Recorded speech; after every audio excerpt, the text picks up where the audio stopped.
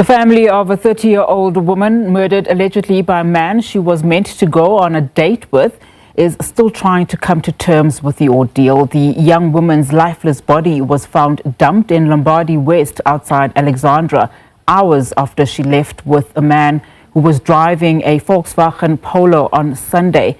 Police have launched a manhunt for the suspect. Family of Olorato Mongale is still devastated and left in shock and reeling in pain following her gruesome murder. What was meant to be a date ended in Olorato being found dumped in a veld. But right now I am going to speak to the family spokesperson just to hear, of course, how they are coping with what happened, because when we look at the details, Olorato basically followed all the steps that we usually say people must take when they are going on a date. She sent her friends the location, and still this happened. As the family, this is a devastating moment. It truly is a devastating moment, and I keep saying that, each time we talk about this, it's like reliving the experiences, and you wouldn't expect any different from Olorato. She would always make sure that other people are safe, other people are taken care of, other people are happy, and such a loving, kind child who comes from a loving family and who was just so lovable, with an infectious smile that just lights up any environment she gets into. So we expected no different for her to take the responsibility of ensuring that people who live with her know where she is. Obviously, when you meet a person for the first time, it's difficult to then alert your parents as well that, hey, I'm just meeting this guy. You know that it's going to cause some anxiety. Oftentimes, as young people, you wait until you get to know the person better before you can introduce them to family. So this perhaps she thought, let me just do the lunch thing and see where it takes us.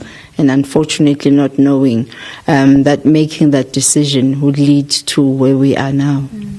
And those friends, I mean, we were talking about how good of friendship she must have had, for them to even follow that pin location.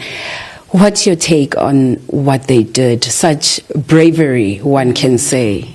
Over and above bravery, I feel like it was such a circle of beautiful human beings joined together by just love.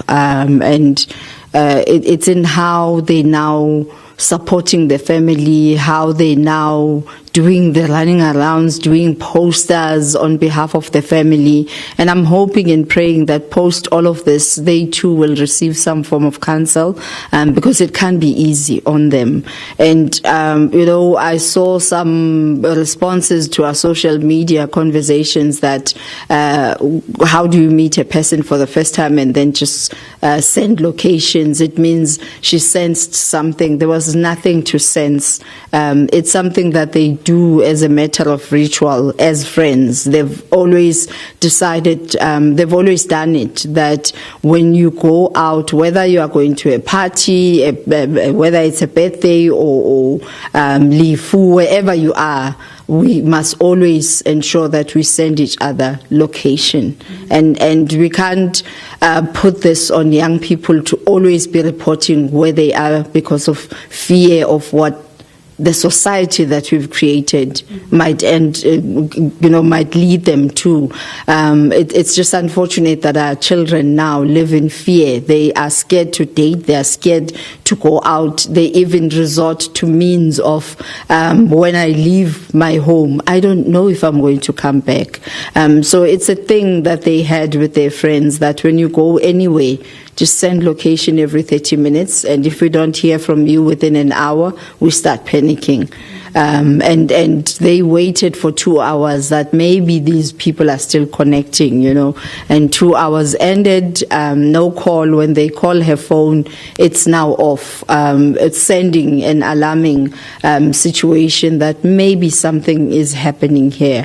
And that's when, we started panicking as a family, but sent just a kind note that says, if you see her, just alert her that family is concerned, because we thought and hoped that perhaps her phone is off because the battery died, and we're here now.